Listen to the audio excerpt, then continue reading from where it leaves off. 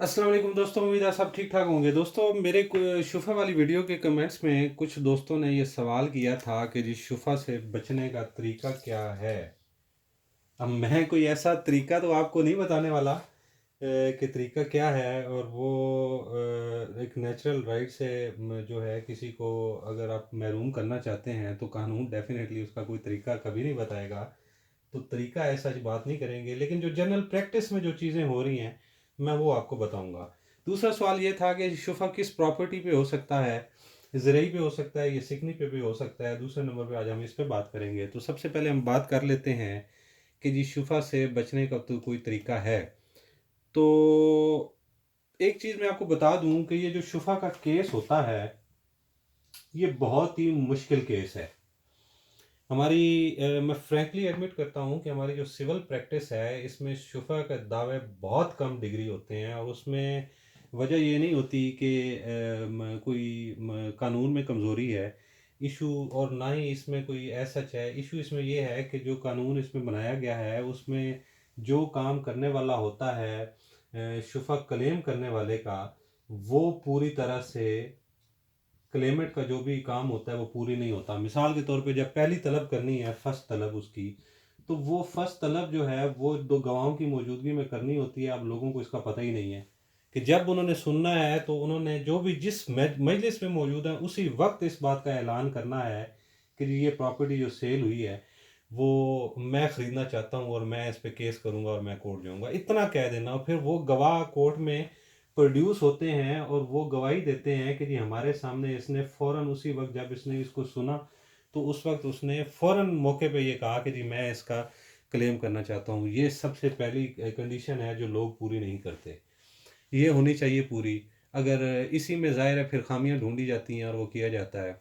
दूसरी जो प्रैक्टिस ये चल रही है कि जो कीमत है वो प्रॉपर्टी की, वो एक्चुअल कीमत से बहुत ज़्यादा कीमत लिखा दी जाती है। अब प्रॉपर्टी बेसिकली अगर देखें तो 5 लाख की है, लेकिन जो उसमें कीमत लिखवा दी जाएगी वो 50 लाख लिखवा दी जाएगी। अब इससे डिग्री होने में तो कोई इशू नहीं होता, और ना ही उसने 50 लाख पे डिग्री हो जाना है। कोर्ट के पास डेफिनेटली वो है कि जी वो प्रॉपर्टी की जो वैल्यू है वो असेस करेगी, और उसके बाद ही उसको उसके मुताबिक ही डिग्री होगा।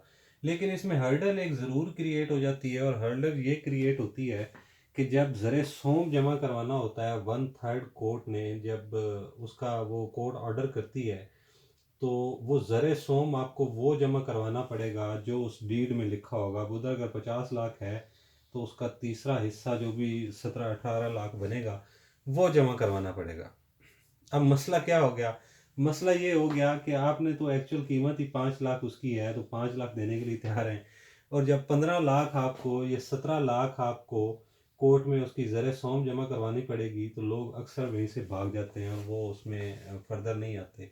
उस पर भी खैर काफ़ी सारे जो कचहरी में हैं लॉयर्स हजरात, वो काफ़ी सारे कोर्ट को इस बात पे कन्विंस कर लेते हैं। और सम टाइम ये भी हो सकता है कि कोर्ट इतनी ना कहे और एक्चुअल उसकी वैल्यू के मुताबिक कह दे, लेकिन ये एक टैक्टिस है जो यूज़ हो रहा है। तो इसलिए मैं इसमें ये जिक्र कर देता हूँ कि जी इसमें ये एक टैक्टिस है। अब इसका कुछ नुकसान भी होता है। अब नुकसान इसका ये हो गया कि आपने अगर उसमें 50 लाख कीमत लिखवा दी है, तो आपको जो जब रजिस्ट्री के लिए जाएंगे तो वो रजिस्ट्री के लिए जो फीस जमा करवानी पड़ेगी वो अब इस वैल्यू पे जमा करवानी पड़ेगी। उसका मसला आ जाएगा आपको। तो ये भी कोई इतना एज सच इफेक्टिव तरीका इसलिए नहीं रहता। एक शुफे का केस में मैंने अपने पिछली वीडियो में वाक़या सुनाया है कि जी मेरे जो जिन्होंने हमें सिविल लॉ पढ़वाया है, उन्होंने एक शुफा का केस पहले अपने उस्ताद के ख़िलाफ़ किया था, और गलती से उन्होंने भी 5 लाख की बजाय दावे में 50 लाख की अमाउंट लिख दी थी, और वो दावा डिग्री हो गया था। वो 50 लाख जमा करवा के तो वो करने के काबिल ही नहीं थे डेफिनेटली। तो ये इसमें इशू आ जाता है। तो बाकी ऐसा कोई इसमें अगर किसी के खिलाफ ये दावा हो गया तो घबराने की ज़रूरत नहीं है। कंटेस्ट किया जा सकता है, और ज़्यादा चांसेस यही होते हैं कि जी शुफा का दावा जो है वो खारिज हो जाएगा, वो डिग्री नहीं होता। अब लोग जब देखते हैं कि जी कचहरी में जाना पड़ेगा, कोर्ट में वकील हायर करना पड़ेगा, ये सारा कुछ करना पड़ेगा, तो लोग वहीं से भाग जाते हैं और वो आगे अपना राइट छोड़ देते हैं, और वो प्रॉपर्टी खरीदी भी वो कहते हैं, और फिर लोग ये भी करते हैं कि जी जो क्लेम शुफा करने वाला है उसको वो 2-4 लाख दे के या वो पैसे दे के उसे सेटलमेंट और उसको रोक दिया और ये इस तरह सारा काम हो गया। अदरवाइज अगर वो लिटिगेशन में चलते जाएं तो वो उनका इशू नहीं होता। अब लेकिन अब लोग ये कहते हैं कि जी 2 साल अगर केस चल गया तो उन्होंने इन्वेस्ट किया है उस पर कोई तामीरात करने के लिए, अब 2 साल वो खाली तो नहीं रख सकते उसको, उन्होंने उस पर इन्वेस्टमेंट की हुई है। तो इस वजह से भी लोग जब शुफा होता है तो इससे डरते ज़्यादा हैं और कोई ना कोई सेटलमेंट उसकी आउट ऑफ द कोर्ट वो करने के लिए तैयार हो जाते हैं। अब दूसरा क्वेश्चन इस पे बात कर लेते हैं कि जी किस प्रॉपर्टी पे होगा। तो दोस्तों शुफा के लिए किसी प्रॉपर्टी की कोई कैद नहीं है।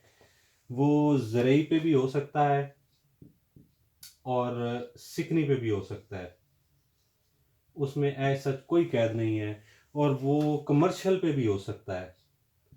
बहुत सारे केसेस हमने देखे हैं जहाँ पे मार्केट है और उसमें कोई दुकानें वगैरह हैं, तो वो कोई सेल हुई है तो साथ वाला जो दुकानदार है वो कहता है कि जी मैंने ख़रीदनी है, तो ये उस पे भी हो सकता है। इन तीनों किस्म की प्रॉपर्टी, बल्कि अगर कोई चौथी नेचर भी किसी किस्म की निकल आती है तो उसके खिलाफ भी हो सकता है। इसमें ऐसा कोई ऐसा सीन नहीं है कि जी शुफा किसी एक प्रॉपर्टी पे लिमिट है। उम्मीद है ये सारा कंसेप्ट शुफा के हवाले से आप लोगों का क्लियर हो गया होगा। फिर भी अगर किसी दोस्त का कोई क्वेश्चन हो, कोई सवाल हो, कोई सुझाव हो तो कमेंट सेक्शन में ज़रूर लिखिएगा, मैं उसको प्रॉम्प्टली रिप्लाई करूँगा। मेरे साथ रहने के लिए बहुत शुक्रिया। अल्लाह हाफ़िज़।